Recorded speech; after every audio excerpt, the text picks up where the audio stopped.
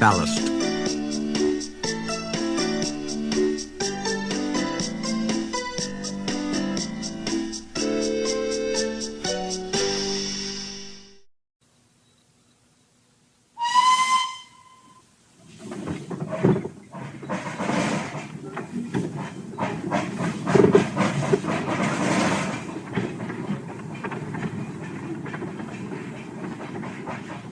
The Fat Controller's Railway has a new look. From end to end, they're clearing old ballast from the track and packing the sleepers with fresh stones. The gangers are pleased. Weeds don't grow in it, they say. And even James has stopped grumbling about dirty sidings. Douglas and Donald disappeared regularly behind the big station, along a line on which none of the others had ever gone. They returned with loaded ballast trains, and were most mysterious about it. "Their wee engines bring the ballast doon for the hills," was all they would say. Soon the engines could talk of nothing else. James and Henry thought the "vera wee engines" must be some kind of magic. "I don't believe it," said Gordon. "Donald and Douglas have pulled our wheels before."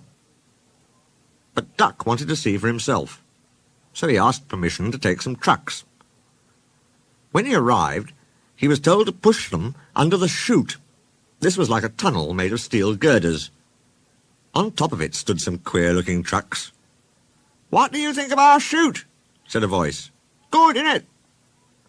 Duck blinked. Standing beside him was a small green engine. "Where did you spring from?" asked Duck. "I've been here all the time," smiled the small engine. "I'm Rex, and you, I'm sure, are Duck." "How did you know?" "That's easy. There's only one Great Western engine in these parts." There was a sudden rattling and roaring. Duck's whole train shuddered. What was that?" he asked, startled. "That was our chute. The bottoms of these wagons slide out, and the stones fall through the chute into your trucks. We may be small, but we're quite efficient." Duck puffed away, much impressed. Next time there were 3 small engines. Rex introduced Duck to Bert and Mike.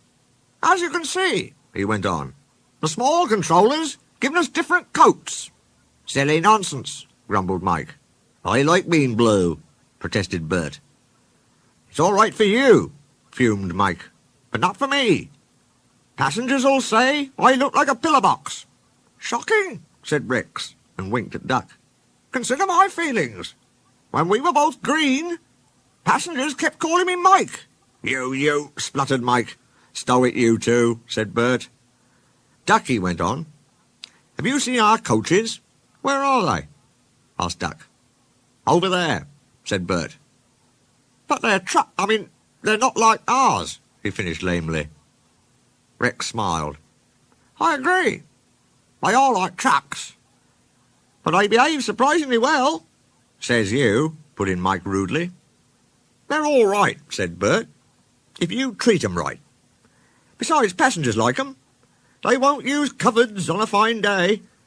It's this scenery, you know, trees, mountains and such. Can't understand it myself. But then passengers are queer." "You're right there," said Mike. "Give me goods trains every time." "Do you, like trucks?" Duck was surprised. "Not all of 'em," smiled Mike. "But our big ballast hoppers are different. They run on bogies as sweetly as any coach. We take 'em to the old mines, fill 'em up, and run 'em down here to the chute.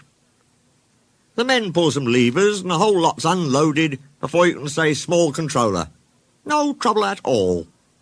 "How about hot axle boxes?" put in Rex. "We soon cured that nonsense." "You mean the small controller did?" "Same thing," grinned Mike.